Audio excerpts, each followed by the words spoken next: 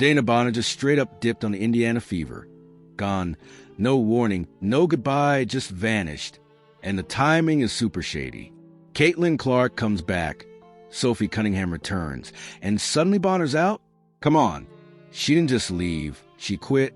And now she's about to slide into the Phoenix Mercury like nothing ever happened for free. Not a single team wanted to trade for her. That's not bad luck.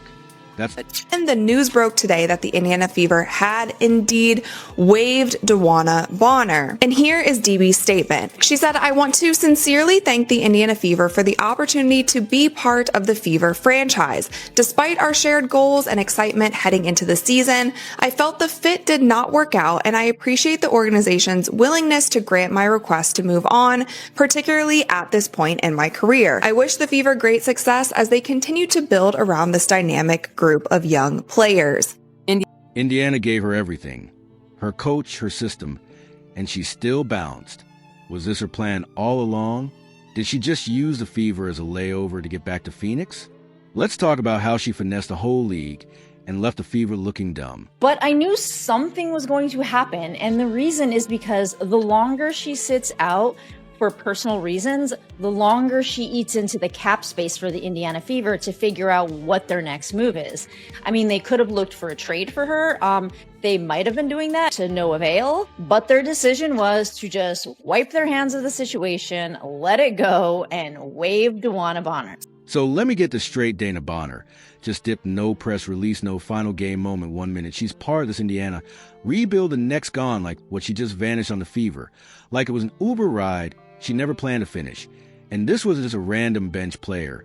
This was a 14-year vet, a multiple-time all-star, someone they built a team around in the off-season. What makes it wild is the timing. Caitlin Clark comes. Back healthy Sophie Cunningham re-enters the mix, and then Bonner suddenly packs up and disappears. That ain't just bad fit talk, that's pre-planned exit strategy vibes. Real talk.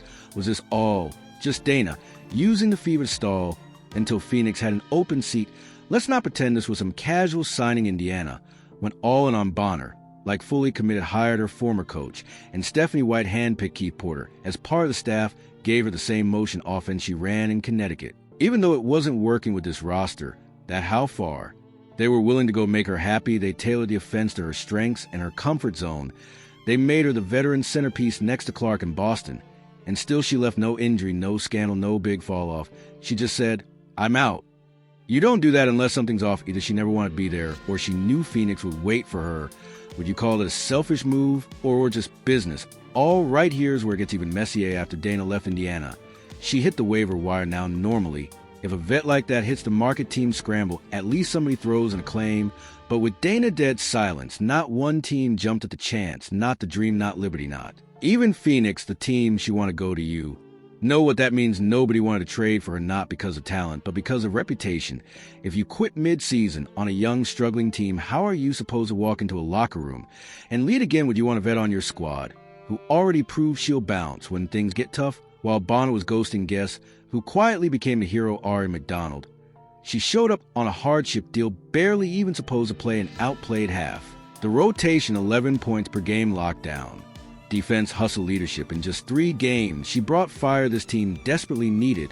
And get this, Ari couldn't be res signed while Bonner was still on the roster. That spot was taken. So the second Bonner was gone, boom, Mary's back. It's almost poetic. Right, the vet who didn't want to fight gets replaced by the grinder who's clawing her way. And which one would you want in your foxhole? Going into a playoff race, here's where conspiracy theories start writing themselves. What if Phoenix didn't want to trade for Bonner because they knew she'd come for free? Think about it. They had the cap space. They could have swapped Sammy Whiteham or cleared a deal with a bench piece. But they didn't. They waited. Bonner clears waivers, becomes a free agent, and signs to the vet minimum. Now the Mercury get a future Hall of Famer for nothing. Just walked in the front door with her bags packed. That's not luck. That's chess. Was this a smart front office move or a shady backdoor deal? All right, can we talk about Dana Bonner's thank you message for a second? Because girl, what she really hit us with. I want to thank the Indiana Fever for the opportunity. Like she just wrapped up a lovely brunch and politely excused herself, not like she straight up bailed on a young team mid-season, like a ghosted Tinder date. Come on now.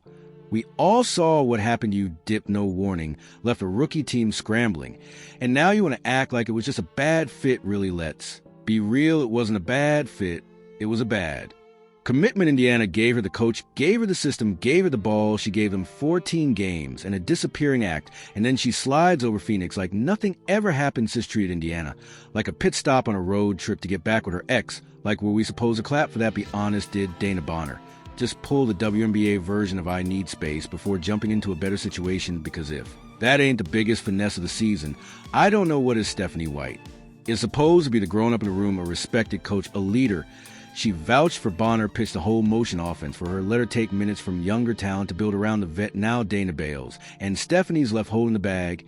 And guess what? This isn't even the first veteran move that's backfired on her this season. Fans are already questioning her rotations, play calling, and chemistry building, or lack of it, you can't keep saying. We're rebuilding an entire whole game plan to a vet who just quit should the Fever consider moving on from Coach White at this point. Let's be honest, Caitlin Clark is not in a great situation right now. She came into the league as a face of the WNBA, but instead of getting support, she's been pushed around, targeted, and now abandoned by the vet who was supposed to help guide her. Dana Bonner was supposed to be her mentor, her anchor, the one who keeps the locker room steady. Instead, she ghosted, and Clark is stuck with the fallout.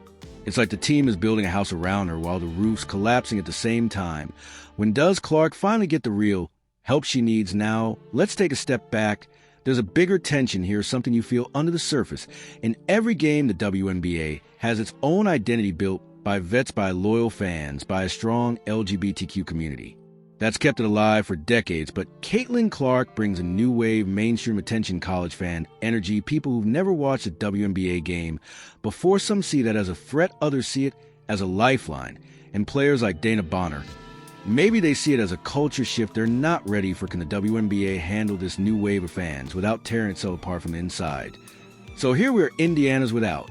Bonner Clark's fighting an uphill battle, and the team still looks miles away from being a contender. So what's next? They got some cap space now. Maybe they go international. Maybe they sign a sleeper off the free agent pile. Or maybe they just ride this out and wait for the offseason.